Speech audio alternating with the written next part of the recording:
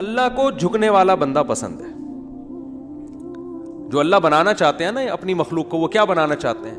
میں تمہارے ساتھ اچھا سلوک کروں برا سلوک کروں, تم بندے ہو, بندے بن کے رہو, ٹھیک ہے نا, کیا رہو, تم نے بس دعا ہی مانگنی ہے, اللہ یہ سب میرے ساتھ جو ہو رہا ہے یہ ٹھیک کر دے, میں ٹھیک کروں نہ کروں, تم نے ساری عمر کیا کرنا ہے, بس یہی مانگنا ہے کہ اللہ ٹھیک کر دے, اللہ محتاج ہیں, اللہ یہ بھی ٹھیک ہو جائے, اللہ یہ بھی ٹھیک ہو جائے, اللہ بے روزگار ہوں روزگار دلا دے, میری مرضی روزگار دوں یا نہیں دوں, نہیں بھی دوں تم نے یہی کہنا ہے اللہ دلا دے. ساری زندگی اسی دعا میں گزارنی ہے تم نے, چاہے میں تمہاری دعا قبول کروں چاہے تمہاری دعا قبول نہ کروں, کیونکہ تم بندے ہو میں خدا ہوں, خدا تم تھوڑی ہو, تمہاری تھوڑی چلے گی زمین پہ.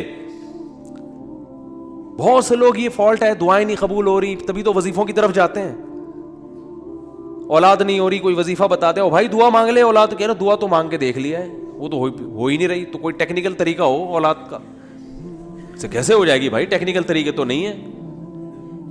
یونس علیہ السلام جب مچھلی کے پیٹ میں تھے, کتنا بڑا غم لگا نا آپ کو, یونس علیہ السلام مچھلی کے پیٹ میں, تو اللہ سے آپ نے دعا مانگی, وظیفہ نہیں پڑھا ہے. وظیفے پڑھنا بھی جائز ہے اگر کوئی قرآن و آیتیں ہیں تو کوئی گناہ نہیں ہے, لیکن جو اصل جو اسلام کی روح ہے وہ کیا ہے, دعا. تو یونس علیہ السلام نے مچھلی کے پیٹ میں دعا مانگی, لا الہ الا انت سبحانک. دیکھو حضرت یونس علیہ السلام, ہمارا جو مزاج ہے نا وہ کیا ہے, یونس علیہ السلام کئی سال اپنی قوم کو تبلیغ کرتے رہے ہیں, قوم باز بولو نہیں آئی. حضرت یونس کو یقین ہو گیا اب اس قوم پہ عذاب آنے والا ہے, تو آپ نے اللہ سے نہیں پوچھا, اس لیے کہ آپ کا خیال تھا بھئی یہ عذاب تو آئے گا, تو میں اللہ کے خوف سے اب بستی کو پہلے چھوڑ دیتا ہوں. میں آپ سے یہ اجتہادی خطا ہوئی, یہ اجتہادی خطا ہوئی کہ بھئی اللہ کی پرمیشن کے بغیر آپ نے قوم کو کیوں چھوڑا. حالانکہ اس اجتہادی غلطی کے پیچھے جو اس کی بیس تھی وہ بیس بہت اچھی تھی, وہ اللہ کا خوف اور اللہ کی خشیت, اللہ کے عذاب سے بھاگنا یہ تو حکم ہے نا. فنٹر بننے کی تھوڑی اجازت ہے کہ جہاں عذاب آ رہا ہے تو کھڑے رہو وہاں دیکھو, ایسا تھوڑی ہے. قوم لوط پر جب عذاب آیا تو جو اہل ایمان تھے ان کو حکم تھا پیچھے مڑ کے بھی نہیں دیکھنا ہے, اس عذاب کو دیکھنے کی بھی اجازت نہیں, ڈرو اس سے بھاگو. جب قوم عاد قوم سمود کی بستیوں سے نبی گزرتے تھے تو چہرے پہ کپڑا ڈال کے جلدی اپنی رفتار بڑھاتے تھے, بھئی یہ اس عذاب کو اپنی آنکھوں سے بھی نہ دیکھو, خوف پیدا ہوتا ہے اس سے. تو اتنا زیادہ آپ صلی اللہ علیہ وسلم خوف زدہ ہوتے تھے, تو اللہ کے عذاب سے تو دور بھاگنے کا حکم ہے. تو اب یہاں کیا ہے کہ کیا بات چل رہی تھی یار, حضرت یونس علیہ الصلوۃ والسلام اللہ کے عذاب کے ڈر سے اپنی قوم کو چھوڑ کر نکل گئے. یہ بیس بالکل ٹھیک ہے بھئی, جب اللہ کا وعدہ بھی یہی ہے کہ جو قوم ایمان نہیں لے کر آئے گی تو میں اس کو تباہ کر دوں گا, تو حضرت یونس علیہ السلام کو خیال ہوا کہ بھئی یہاں سے نکل جاؤ. جب بیٹھے ہیں کشتی میں, کشتی ڈوبنے لگی تو ملا نے کہا بھئی وزن کشتی میں زیادہ ہے, ایک آدمی کو نیچے اترنا پڑے گا ورنہ سب ڈوب جائیں گے. کون اترے گا بھئی, قرآن اندازی ہونی چاہیے. قرآن اندازی میں نام کس کا آیا, یونس علیہ السلام.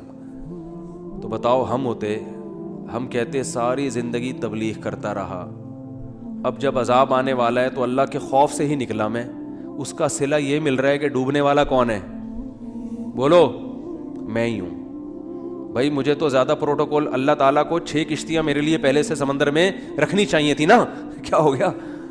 یہ ہماری سوچ تو یہی ہے کہ میں نے چونکہ فجر کی نماز پڑھی ہے تو میری دکان پہ کسٹمر 6 گنا زیادہ آنے چاہیے, پیسے سارے وہ کما رہے ہیں, نمازیں میں پڑھ رہا ہوں.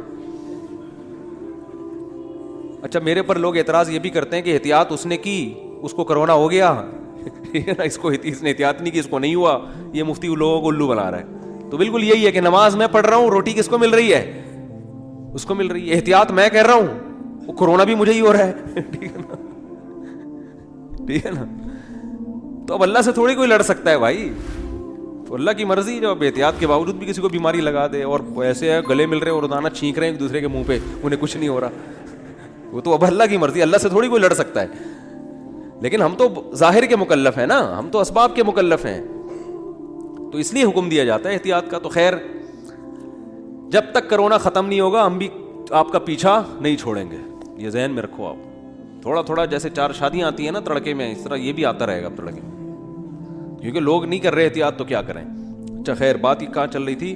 تو یونس علیہ السلام کی جگہ ہم ہوتے تو بھائی ہماری حالت کیا ہوتی ہے. اللہ جیسے تبلیغ میں ہم میں سے کوئی گیا ہوا ہوتا 4 مہینے کے لیے، 4 مہینے کے لیے تبلیغ میں نکلے ہوتے، اللہ کے راستے میں واپس آ رہے ہوتے تو پتہ چلا کچھ یعنی کنوینس ہی نہیں مل رہی، پولیس والے پکڑ کے لے گئے، کسی کیس میں بند کر دیا، تو کیا وسوسے آتے ہیں دماغ میں. جیسے حج کرنے گئے نا، ایک آدمی حج کرنے گیا، لٹ گیا وہاں پہ نا جیب کتروں نے، تو وہ کہہ رہے اللہ میں نے تو سنا تھا حاجی تیرے مہمان ہوتے ہیں، تو ہم نے تو دنیا میں کسی کو نہیں دیکھا کسی نے اپنے مہمان کس کی یہ انسلٹ کی ہو. ٹھیک ہے نا، ہم نے تو نہیں دیکھا، میں تیرا مہمان بن گیا اور کچھ بھی نہیں بچا میرے پاس، سب کچھ ہی لٹ گیا. تو جلا ہوا آدمی تھا. تو یونس علیہ السلام کی جگہ کوئی اور ہوتا، ہم جیسے نالائق ہوتے، تو ہم کہتے اللہ ساری زندگی قوم کی مخالفت لے کے تبلیغ کرتا رہا، اپنا تن من دھن لگا دیا، نہ کاروبار کی طرف توجہ، نہ کوئی پیسے کمانے، جو روکھی سوکھی ملی کھا لیا. پیغمبروں کا تو کوئی اجرت بھی نہیں ہوتی، وہ تو بالکل ہی اللہ توکل پہ چل رہے ہوتے ہیں. اے اللہ غربت میں وقت گزارا، کبھی کھانے کو ملا نہیں ملا، بس تیرے دین کو فوکس کیا. اب جب عذاب آنے والا ہے تیرا اس قوم پہ، تو تیرے خوف سے نکلا میں، جو تیرا ہی حکم ہے کہ مجھ سے ڈرو، میرے عذاب سے ڈرو. اب کم از کم کوئی 2-4 کشتیاں یا ہوائی بحری جہاز کوئی کھڑا ہوا ہوتا میرے استقبال میں، اور اگر نہیں تھا میں نے اپنے خرچے سے پہ کشتی لی ہے میں نے. ٹھیک ہے نا، ذمہ داری کس کی بنتی تھی اللہ؟ ذمہ داری تیری بنتی تھی کہ کشتی کا انتظام تیری طرف سے ہو. بھائی گورنمنٹ اگر کسی فوجی کو کسی مہم پہ بھیجتی ہے، اب جو امریکہ کے فوجی افغانستان آئے ہوئے ہیں ان کو باعزت واپس نکالنا کس کی ذمہ داری ہے؟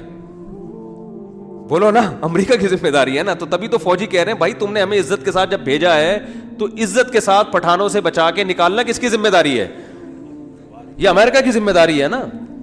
تبھی امریکہ قطر میں کوشش میں لگا ہوا ہے کہ بھائی یہ کسی طرح اپنی عزت بچا کے واپس آ جائیں گے. اور بالکل صحیح کر رہا ہے امریکہ اپنے لحاظ سے، اس کا فرض بنتا ہے جب آپ نے فوجیوں کو بھیجا تو واپس بھی تو لے کر آؤ نا ان کو. تو بالکل میرے بھائی یہ بات ذہن میں آ سکتی تھی یونس علیہ السلام کے کہ اللہ یہ سب میں نے تیرے لیے کیا ہے، اب تیرا عذاب آ رہا ہے تو مجھے تو یہاں سے فرار ہونا ہے بستی سے، تو کشتی کا انتظام کرنا میرے ذمے نہیں ہے بلکہ کس کے ذمے ہے؟ تیرے ذمے. چلو میں نے اپنے خرچے پہ کر لی.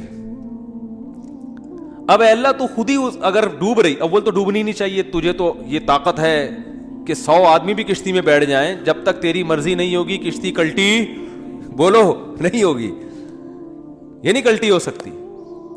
دوسری آزمائش تو نے یہ آزمائش میں ڈال دے گی، کشتی کلٹی ہو رہی ہے. اور اگر کلٹی ہو بھی رہی ہے تو ایسے نالائق لوگ اس کشتی میں بیٹھے ہوئے ہیں. کار آمد تو صرف اس میں یونس علیہ السلام تھے، باقی تو سارے نالائق، کیونکہ مشرک لوگ تھے سارے، بت پرست، پان گٹکے والے، سگریٹ والے، تمباکو والے، سارے اس میں بیٹھے ہوئے ہیں. وہ تو پتہ نہیں کیا کیا نشہ کرتے ہوں گے، سارے ایک نمبر کے چور یہاں بیٹھے ہوئے ہیں کشتی میں. تو اللہ ان میں سے کسی کو تو خود ہی جو ہے نا ڈلوا دیتا. اور قرآن اندازی ہو رہی ہے تو نام کس کا آ رہا ہے؟ میرا نام آ رہا ہے، جس نے ساری زندگی تبلیغ کی. تو اور پھر کمال یہ کہ بڑی آزمائش کیا کہ چلو کشتی میں اگر چھلانگ لگا کے نیچے گرنا ہی تھا، ان لوگوں نے ڈال دیا بھائی آپ کا نام آیا آپ کو اترنا پڑے گا.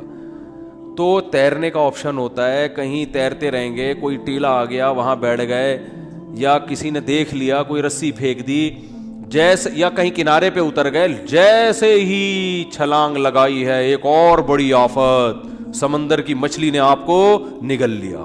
کتنا خوف، ایک حرف زبان سے ناشکری کا نہیں نکل رہا پیغمبر کی کہ اللہ مروا دیا تو نے. تو یہ کیا خوف ہوتا ہے، سمندر کا اپنا ایک خوف ہے بھائی، کبھی یہاں نہیں سمجھ میں آئے گا، جاؤ سمندر میں جا کے پتہ چلے گا. اور قرآن سے پتہ چلتا ہے رات کا وقت تھا، اندھیرا تھا، اندھیرے میں بہت، کیونکہ فنادا فی الظلمات، فی الظلمہ نہیں ہے کہ اندھیرے میں پکارا، اندھیروں میں پکارا. پتہ چلا کہ بہت سارے اندھیرے تھے، یعنی ایک مچھلی کے پیٹ کا اندھیرا، ایک سمندر کی تہ کا اندھیرا، اور ایک رات کا اندھیرا. کس قدر خوف. بتاؤ آج کسی کو ایسی ٹینشن ملتی ہے؟ آج یہی ٹینشن ہے، ابا نے اس دن چپیٹ لگا دیا تھا کھینچ کے، اور بھائی تمیز سے بات نہیں کر رہا، بیگم کنٹرول میں نہیں ہے, اور مفتی صاحب کا بیان سن کے اللہ کی خاطر شادی کی تھی, پھنس گئے. ایک آدمی میرے پاس آیا, کہنے لگا مفتی صاحب میری بیوی کی نہ شکل اچھی ہے اور نہ بات کرنے کا انداز اچھا ہے. تو مجھے خود بتا رہا تھا, کہہ رہا ہے اتنی بد اخلاق ہے. میں اس سے کہتا ہوں اگر تیری شکل بھی اچھی ہوتی نا میں تیری بد اخلاقی برداشت کر لیتا. چلو یار, پتہ نہیں جھوٹ بول رہا تھا سچ بول رہا تھا, اللہ ہی جانے. اب یہ کوئی ٹینشن ہے بتاؤ؟ اصل ٹینشن تو وہ ہے نا. اچھا لوگ کہہ رہے ہوتے ہیں وہ ہو جاتا نا اچھا تھا, ہم سمندر میں ڈوب جاتے اچھا تھا. او بھائی ابھی ڈوب ہی نہیں رہے ہو اس لیے کہہ رہے ہو اچھا تھا. جب ڈوبنے لگو گے تو وہی کیفیت ہوگی. وہ جو پھندا آ گیا تھا نا درخت سے, ایک آدمی کہتا نا اللہ موت دے دے زندگی سے, تو وہ کسی نے پھندا پھینک دیا اوپر سے اور یہ کہا کہ میں اللہ ہوں, اس میں گردن ڈال لے اٹھا لوں گا. تو وہ کہتا ہے یہاں تو کوئی مذاق بھی نہیں کر سکتا ہے اللہ. تو وہ جب آتی ہے نا اپنے اوپر تو پھر یہ کنڈیشن ہوتی ہے. تو یونس علیہ السلام پر جو آزمائشیں آئیں, کتنی بڑی بڑی آزمائشیں, مچھلی کا پیٹ اور نگل گئی مچھلی اکثر ثابت نکلتی ہے. ذرا بھی شکایت, کیونکہ ہم بندے ہیں بھائی, ہماری جو ڈیوٹی ہے ہم نے وہ کرنی اور چھوٹا بن کے رہنا ہے. ہم نے اللہ کے سامنے یہ نہیں کرنا یہ کیا ہو رہا ہے, ایسا کیوں ہو گیا, میں تو تبلیغ کے لیے نکلا تھا, میرے ساتھ یہ ناانصافی. یہ نہیں ہوتا. یہ اصول قرآن کیوں یہ واقعہ ذکر کر رہا ہے؟ یونس علیہ السلام اللہ کے برگزیدہ پیغمبر ہیں. ہمارے حضرت فرمایا کرتے تھے یہ محبت کی چٹکیاں ہوتی ہیں. انسان کو جس سے محبت ہوتی ہے تو اس کو ستاتا ہے, اور یہ ستانا تکلیف برائے تکلیف نہیں, اس کے درجات کو بلند کرنی محبت کا اظہار ہے کہ میرا ایسا بندہ ہے, ایسا پیغمبر ہے, کتنی آزمائشوں میں ڈالا, زبان سے ایک حرف ناشکری کا نہیں نکل رہا, ساری اپنی طرف منسوب کہ میری غلطی ہے, میری غلطی ہے, میری غلطی ہے, میں غلط ہوں. تو قرآن کے الفاظ دیکھو, جب مچھلی نے نگلا ہے اور سمندر کی تہ میں گئی اندھیروں در اندھیرے, تو یونس علیہ السلام نے فنادا فی الظلمات, اندھیروں میں کیا پکارا, لا الہ الا انتا, اے اللہ تیرے سوا کوئی غلامی کے لائق نہیں ہے, میں تیرا غلام ہوں. انی کنت من الظالمین, میں ہی غلط ہوں, تو غلط نہیں ہے, مجھ سے کوئی غلطی ہوئی ہے اور میں تجھ سے استغفار کرتا ہوں. ان کو احساس ہو گیا کہ میں جو بغیر پرمیشن کے آیا ہوں شاید یہ اس لیے ہو رہا ہو میرے ساتھ. دیکھو اپنے آپ کو غلط ثابت کرنے کے لیے دلائل تراشے جا رہے ہیں. کوئی اللہ نے وہی تھوڑی کی تھی اس وقت کہ آپ غلط ہیں. بس اس عمل سے اندازہ ہو گیا کہ بھائی اور تو میں نے مجھے نہیں لگتا میرے سے کوئی گناہ ہوا ہو, تو مجھے لگتا ہے کہ یہ ہے جس کی وجہ سے اللہ کیا ہے, مجھ سے ناراض ہے. تلاش کر رہے ہیں, کوئی اپنی مسٹیک تلاش کریں, اپنے آپ کو غلط کہیں. تو لا الہ الا انتا سبحانک, اے اللہ تو ہر عیب سے پاک ہے. کیا مطلب, تو میرے ساتھ غلط نہیں کر سکتا, یہ میرا ہی کوئی عمل ہے جس کی وجہ سے ایسا ہو رہا ہے. تو تھوڑی غلط ہے, تو ہر عیب سے پاک ہے, تو ظالم تھوڑی ہے, میری غلطی ہے, میں غلط ہوں. کیا اللہ کی رحمت کے خزانے حرکت میں آتے ہیں. فَالْتَقَمَهُ الْحُوتُ وَهُوَ مُلِيمٌ, قرآن کہہ رہا ہے مچھلی نے نگلا اس حال میں کہ یونس علیہ السلام اپنے آپ کو ملامت کر رہے تھے. جب مچھلی کی نگل رہی تھی اس وقت بھی اپنے آپ کو ملامت کر رہے ہیں, اپنے آپ کو برا بھلا کہہ رہے ہیں, میں غلط, میں نے غلط کیا. تو جب مچھلی کے پیٹ میں جا کے توبہ استغفار کی ہے تو اللہ کی صفت استغنا دیکھو. اللہ فرماتے ہیں لولا انہ کان من المسبحین, اگر یونس اپنی غلطی کا اعتراف نہ کرتے, للبث فی البطن الی یوم یبعث فی بطنہ الی یوم یبعثون, قیامت تک اسی کے پیٹ میں رہتے, وہ نہیں نکلتے. یہ اللہ کی صفت استغنا ہے کہ بھئی اللہ کو آپ ڈرا کے دھمکا کے یا اپنی غلطی کا اعتراف کیے بغیر اللہ پہ ڈال کے اللہ سے کچھ بھی منوا نہیں سکتے. اللہ کہتے ہیں ہمیشہ رہتے, لیکن اللہ کو پتا تھا نہیں ہے ایسا, وہ تو آزمایا, پیغمبر تو گناہ نہیں کر سکتے نا, تو یہ تو اللہ آزما رہے ہیں دنیا کو دکھانے کے لیے کہ میرے نیک بندے ایسے ہوتے ہیں. تو اللہ فرماتے ہیں کہ فَأَنبَذْنَاهُ بِالْعَرَاءِ, ہم نے ایک میدان میں ان کو, جب انہوں نے توبہ استغفار کی ہے تو اللہ نے مچھلی کو حکم دیا ان کو نگل دے باہر, اور وہ مچھلی نے آپ کو ساحل سمندر پہ ڈالا ہے اب اللہ کی رحمت کے خزانے. سمندر کے ساحل پر کچھ بھی نہیں تھا. اللہ فرماتے ہیں وہاں اپنی قدرت سے ہم نے درخت پیدا کر دیا جو ان کو کیا دے گا؟ چھاؤں. اب معجزے ہو رہے ہیں کہ نہیں ہو رہے؟ بھئی اللہ آزمایا, اللہ نے کہا آزمائش میں پورا اترا یہ بندہ. میرے یہ نیک بندے آزمائش میں پورے اترے ہیں, اور اللہ نے اپنی قدرت سے درخت پیدا کر دیا اور حکم دیا جاؤ اپنی قوم کے پاس واپس جاؤ. قوم سے عذاب ٹل گیا. ہوا یہ تھا کہ جب یونس علیہ السلام کو یقین ہو گیا عذاب آ رہا ہے, تو یونس علیہ السلام جیسے ہی نکلے, وہ قوم تھی ہوشیار, اس کو اندازہ ہو گیا کہ بھائی یہ جب تک ہم میں تھے تو عذاب کا چانس نہیں تھا, یہ گئے ہیں تو اب واقعی آئے گا. تو عذاب دیکھے بغیر انہوں نے توبہ تائب شروع کر دی, تو اللہ نے وہ عذاب آنے والا ان سے کیا کر دیا؟ ٹال دیا. یہ ہے اللہ کی رحمت. اللہ کے غضب پہ کیا رہتی ہے؟ بولتے کیوں نہیں بھائی؟ غالب. تو یہ واقعہ بھی ثابت ہو گیا, رحمت ہمیشہ گراف اللہ کا اوپر ہے. ہاں عذاب دیکھ لیتے اور مذاق اڑاتے, جیسے قوم عاد نے مذاق اڑایا. فلما رأوه عارضا مستقبل اودیتہم, جب انہوں نے بادلوں کو اپنی طرف آتے ہوئے دیکھا, پیغمبر بتا رہے ہیں کہ یہ عذاب ہے, تو کہہ رہے ہیں ھذا عارض ممطرنا, کوئی عذاب نہیں ہے بھائی, بادل تو آتے ہیں برستے بھی ہیں, کوئی نارمل. وہ تو آخری دم تک ڈٹے ہوئے تھے. اب کیونکہ اللہ کی صفت غضب بھی ہے, رحمت غالب تو رہتی ہے, لیکن ایسا نہیں ہے کہ غضب ختم ہی ہو گیا ہے. پھر اللہ نے عذاب بھیجا اس قوم پہ. 7 دن 8 راتیں تیز ہوائیں چلی ہیں, 8 دن 7 راتیں, اور ایسا اٹھا کے اس قوم کو پٹخائے کہ اللہ فرماتے ہیں کہ انہم اعجاز نخل خاویہ. 1 ہفتے کے بعد ایسا لگ رہا تھا کھجور کے تنے ہیں جو اوندھے پڑے ہوئے ہیں, بڑے بڑے قداور لوگ تھے وہ. اللہ نے تو اس لیے میرے بھائی جب کوئی غم آئے, پریشانی آئے, تو واویلا نہ مچایا کرو, رونے دھونے کی اجازت ہے. یہ بے صبری نہیں ہے, جب انسان کو غم ہوتا ہے روتا بھی ہے, ہائے ہوئے بھی کرتا ہے, لیکن اللہ کو برا بلا کہنا شروع کر دینا, میرے ساتھ اللہ یہ کر رہا, میرے ساتھ اللہ میں ہی میرا ہوں اللہ کو. آپ کا کام ہے غلامی, مانگتے رہنا ہے, مانگتے رہنا ہے, مانگتے رہنا ہے. اکثر ایک واقعہ علماء بتاتے ہیں, کتابوں میں لکھا ہوا ہے کہ ایک بزرگ حج کرنے جاتے تھے, حج کرنے کے بعد ندا آتی تھی قبول نہیں ہوا. کیا ندا آتی تھی؟ قبول نہیں ہوا. تو دوبارہ چلے جاتے اگلے سال. جب حج کرتے پھر ندا آتی قبول نہیں ہوا, وہ پھر چلے جاتے. تو کسی نے کہا کہ آپ خود ہی بتاتے ہو کہ جب میں حج سے فارغ ہوتا ہوں آسمان سے ایک ندا آتی ہے کہ قبول نہیں ہوا, تو پھر کیوں جاتے ہو بار بار.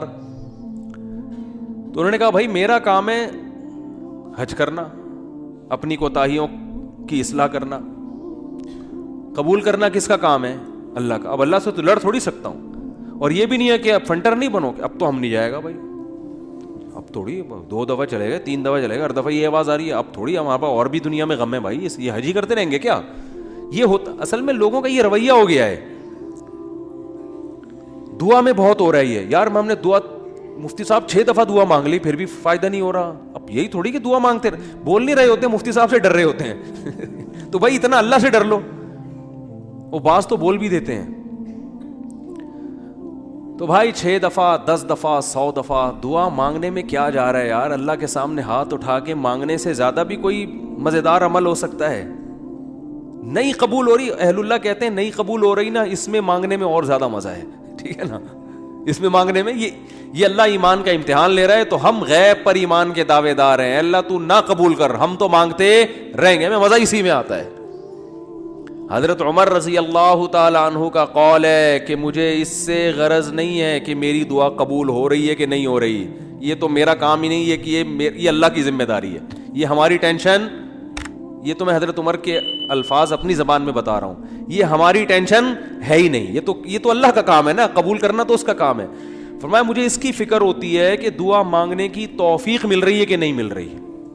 ایسا نہ ہو مایوسی اتنی پیدا ہو جائے کہ دعا مانگنے ہی کی توفیق چھن جائے. یہ ڈینجرس ہے, یہ خطرناک ہے کہ اللہ نے آپ کو اپنے در سے محروم کر دیا, ہاتھ اٹھانے کی توفیق سلب کر لی. اور آج لوگوں میں یہ نظر آتا ہے دعا مانگنے کی توفیق نہیں مل رہی, کیونکہ ان کی پوری نظر اسباب پہ ہوتی ہے, اللہ پہ نظر ختم.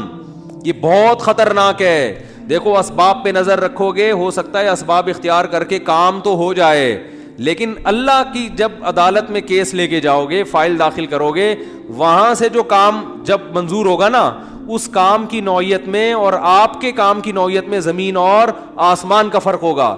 جب اللہ کے سامنے کیس لے گئے, کام خراب بھی ہوگا تو بنے گا, اور جب اسباب پہ نظر رکھو گے بنے گا بھی تو ہو سکتا ہے اس میں خیر نہ ہو. یہ کوئی الٹا کام ہو رہا ہو. جس کام سے آپ نے اللہ کو نکال دیا اب اس میں خیر کی توقع نہ رکھیں. آپ بیمار ہوئے, صرف دواؤں پر اکتفا کیا ہوا ہے آپ نے, اللہ سے دعائیں نہیں مانگتے اور ضرورت بھی محسوس نہیں کرتے کہ چھوڑو یار, جب میں آگمنٹن کھا رہا ہوں, جب میں یہ سیرپ پی رہا ہوں تو گورے بھی تو ٹھیک ہوتے ہیں نا بغیر دعا کے. کیا خیال ہے بھائی, جب وہ ٹھیک ہوتے ہیں تو مجھے دعا مانگنے کی کیا ضرورت ہے؟ تو عین ممکن ہے آپ ٹھیک ہو جاؤ. دوا اثر کرتی ہے, اللہ نے دنیا کو اسباب سے جوڑ دیا, لیکن یہ ٹھیک ہونا بھی آپ کے لیے نقصان کا ذریعہ بن سکتا ہے. اور آپ دعا مانگو دوا کے ساتھ, ہو سکتا ہے آپ ٹھیک نہ ہو, لیکن پھر ٹھیک نہ ہو کے بھی اس میں اللہ کیا ڈال دے گا؟ بولو نا, خیر ڈالے گا. اللہ اس میں خیر ڈالے گا. جیسے یونس علیہ السلام کو مچھلی کے پیٹ میں اللہ نے داخل کیا ہے ان کے درجے کو اور بلند کرنے کے لیے. اگر یونس علیہ السلام کے ساتھ یہ مچھلی والا واقعہ نہ ہوتا تو شاید یونس علیہ السلام کا ذکر قرآن مجید میں نہ ہوتا. کیونکہ پیغمبر تو لاکھوں آئے ہیں نا, سب کا تذکرہ تھوڑی ہے. اور نبی صلی اللہ علیہ وسلم نے حضرت یونس کی فضیلت الگ سے بیان کی ہے. فرمایا لا تفضلونی علی یونس, مجھے یونس پر فضیلت مت دو. حالانکہ دیکھو یہ تو اجماعی عقیدہ ہے کہ ہمارے نبی تمام پیغمبروں سے افضل ہیں, لیکن کیا مطلب نام لے کے میرے مقابلے میں یونس کو نہ لے کر آؤ کہ میں ان سے زیادہ افضل ہوں. کیوں؟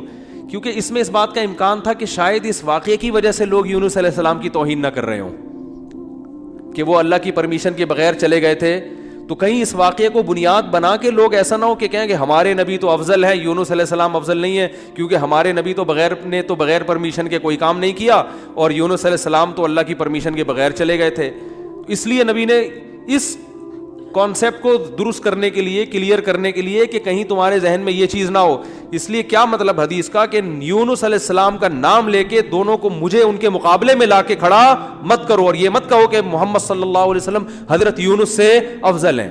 حالانکہ افضل ہیں, لیکن جہاں بھی حضرت یونس کی توہین کا ذرہ برابر بھی شائبہ نکلتا تھا آپ صلی اللہ علیہ وسلم نے اس سے منع کر دیا. اس لیے کہ آپ صلی اللہ علیہ وسلم جانتے تھے کہ یہ جو کچھ یونس علیہ السلام کے ساتھ ہوا یہ اصل میں آپ کو بلند مرتبہ دینے کے لیے ہوا تھا, اور یہ بتانے کے لیے ہوا تھا کہ اللہ کی صفت استغنا کیا ہے, اور یہ بتانے کے لیے کہ اللہ سے لڑ کے کوئی چیز نہیں لی جا سکتی, اور یہ بتانے کے لیے کہ غموں میں, ٹینشنوں میں, پریشانیوں میں اللہ کے نیک بندوں کا رویہ کیا ہوتا ہے. اور میں آپ کی جنرل نالج کے لیے ایک بات یہ بھی بتا دوں کہ جس کا یہ لائف اسٹائل ہوگا نا وہ ٹینشنوں میں بھی خوش رہے گا. ویسے ہی ٹینشن ختم کر لیتے ہیں اللہ اس سے, کیونکہ وہ ہر ٹینشن کو کس کی طرف سے سمجھ رہا ہے؟ اللہ کی. تو جب اللہ ہمارا ہے اور وہ اپنے بندوں کا اچھا چاہتا ہے تو اس میں ٹینشن دے کے بھی ہماری کیا ہوگی, اس میں خیر ہی ہوگی. اس نے یعقوب علیہ السلام سے جو بیٹا چھینا تو یعقوب علیہ السلام کو نوازنے کے لیے چھینا. یوسف علیہ السلام کو جو بچپن میں باپ سے الگ کر دیا مصر کا بادشاہ بنانے کے لیے کیا اس نے, نہ چھنتے نہ بادشاہ بنتے. تو ہمارا کام ہے ہر برائی اپنے کھاتے میں ڈالیں. سمجھ رہے ہو کہ نہیں سمجھ رہے؟ اور ہر اچھائی کس کی طرف منسوب کریں؟ اللہ کی طرف.